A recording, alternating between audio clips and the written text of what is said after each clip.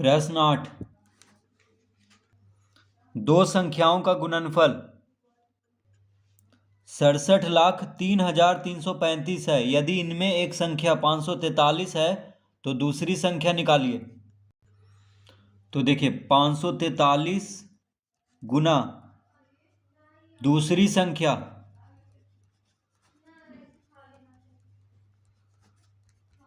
543 गुना दूसरी संख्या बराबर लिख लेंगे 67,03,335। तो कह रहा है कि दो संख्याओं का गुणनफल कितना है 67,03,335। यानी दो संख्याओं का गुणनफल दिया हुआ है, उनमें से एक संख्या कितना है 543 है, तो दूसरी संख्या निकालिए। तो दूसरी संख्या पूछ रहा है, तो 543 गुना दूसरी संख्या बराबर लिख लेंगे 67,03,335। क्योंकि दो संख्याओं का गुणनफल दिया हुआ है इतना, एक संख्या दिया हुआ है, दूसरी संख्या ज्ञात करना है, तो इस तरह लिख लेंगे। तो दूसरी संख्या बराबर हो जाएगा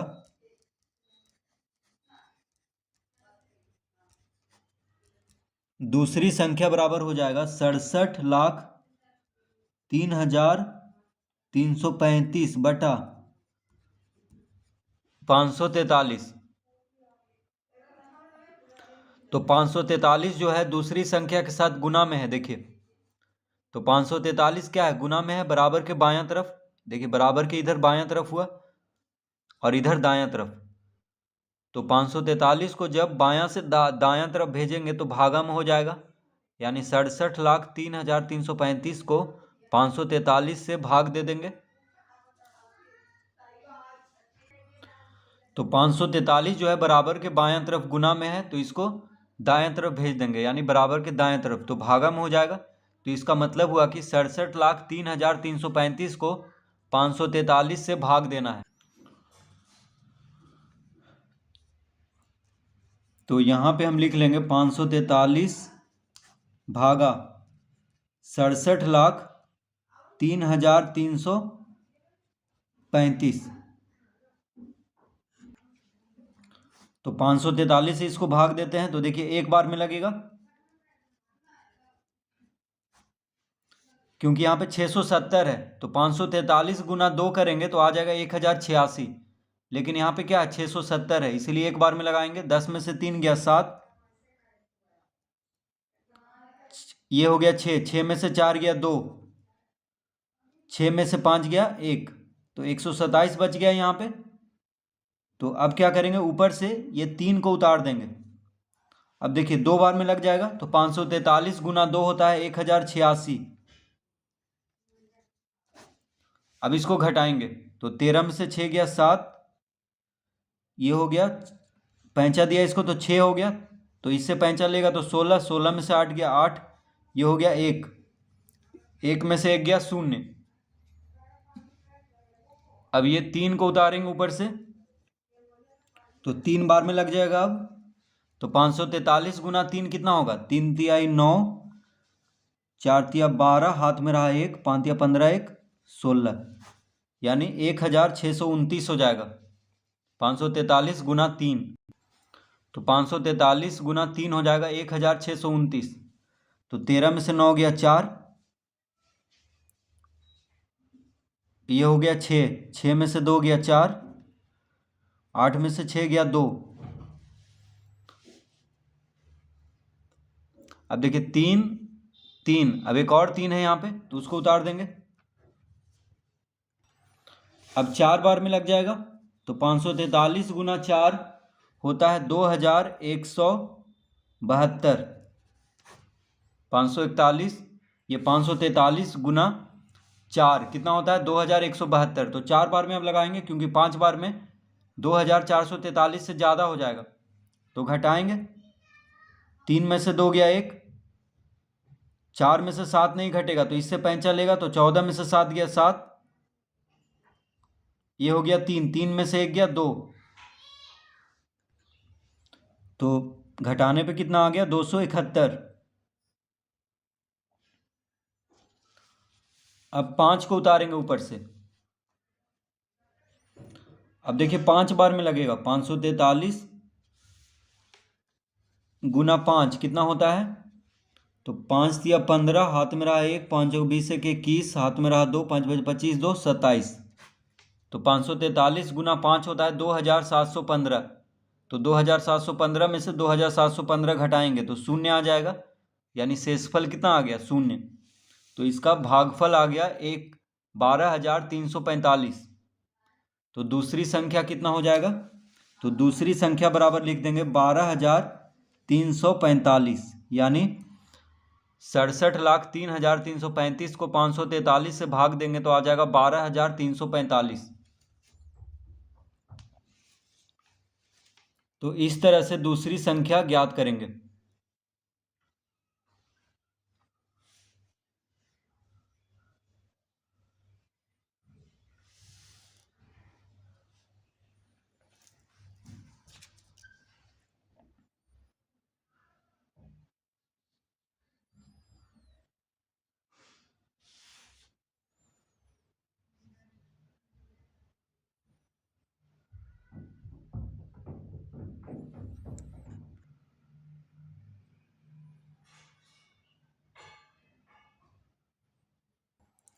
प्रश्न 9, यदि एक पैकेट में 15 मिठाइयाँ रखी जा सकती है तो 2055 मिठाइयाँ कितने पैकेटों में रखी जा सकेगी? तो एक पैकेट में 15 मिठाइयाँ रखी जा सकती है तो 2055 मिठाइयाँ कितने पैकेटों में रखी जा सकेगी? तो क्या करेंगे? 15 से 2055 को भाग दे देंगे। 15 से 2055 को क्या करेंगे? भाग दे देंगे। तो पता चल जाएगा कि 2055 मिठाइयाँ कितने पैकेटों में रखी जाएगी। तो 15 गुना 1 15 लगाएंगे यहाँ पे। 10 में से 5 गया 5, 1 में से 1 गया 0। तो 20 में से 15 घटाएंगे तो 5 आ जाएगा। अब ये जो 5 है ऊपर से नीचे उतारेंगे तो 55 हो गया। तो 15 तिया 45, 15 चौके 60, यानी 3 बार में लगाएंगे। तो 15 तिया 45, 55 में से 45 घटाएंगे तो 10 आ जाएगा। अब ऊपर से एक और जो 5 है उसको उतार देंगे तो 15 सते 105 होता है। 105 में से 105 घटा देंगे तो 0 आ जाएगा। तो इसका उत्तर आ गया 137। तो कह रहा है कि 2055 मिठाइयाँ कितने पैकेटों में रखी जा सकेगी? तो इसका उत्तर आ जाएगा 137। तो लिखेंगे अतः 2055 मिठाइयाँ 137 पैकेटों में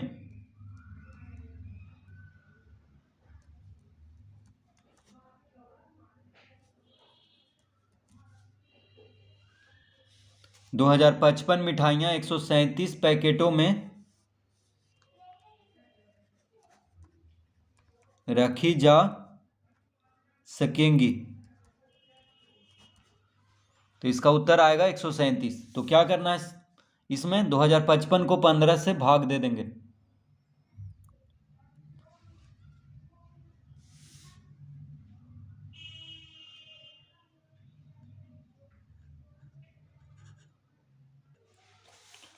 प्रश्न 10,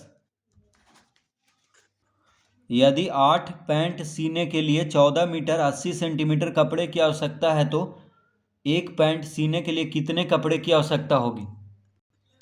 तो देखिए 14 मीटर 80 सेंटीमीटर को हम लिख सकते हैं 14.80 मीटर।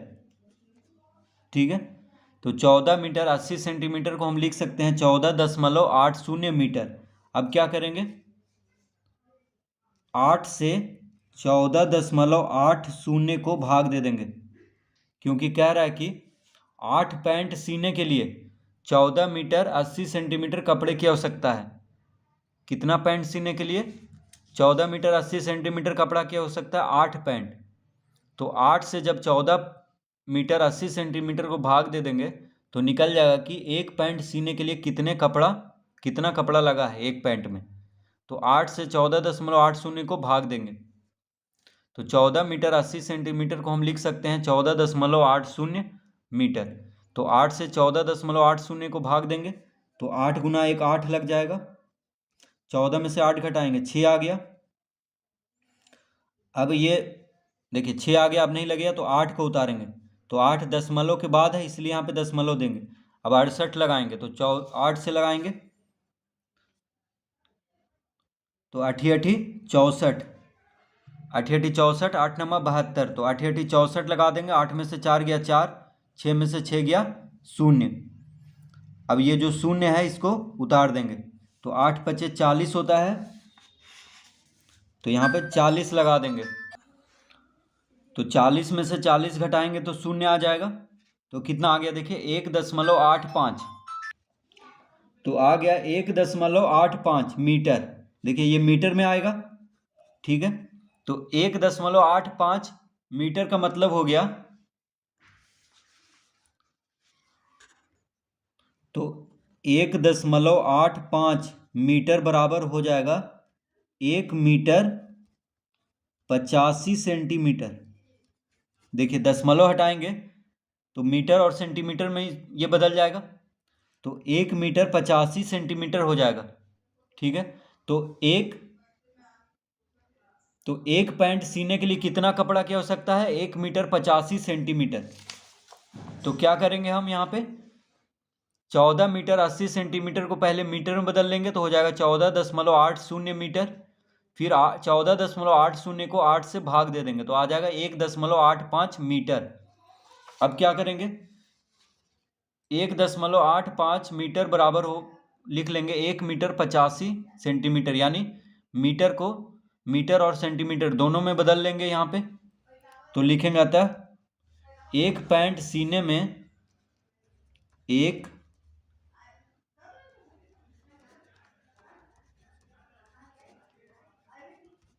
एक पैंट सीने में 1 मीटर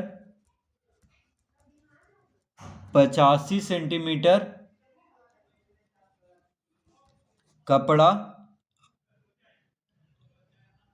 लगेगा। तो एक पैंट सीने में कितना कपड़ा लगेगा?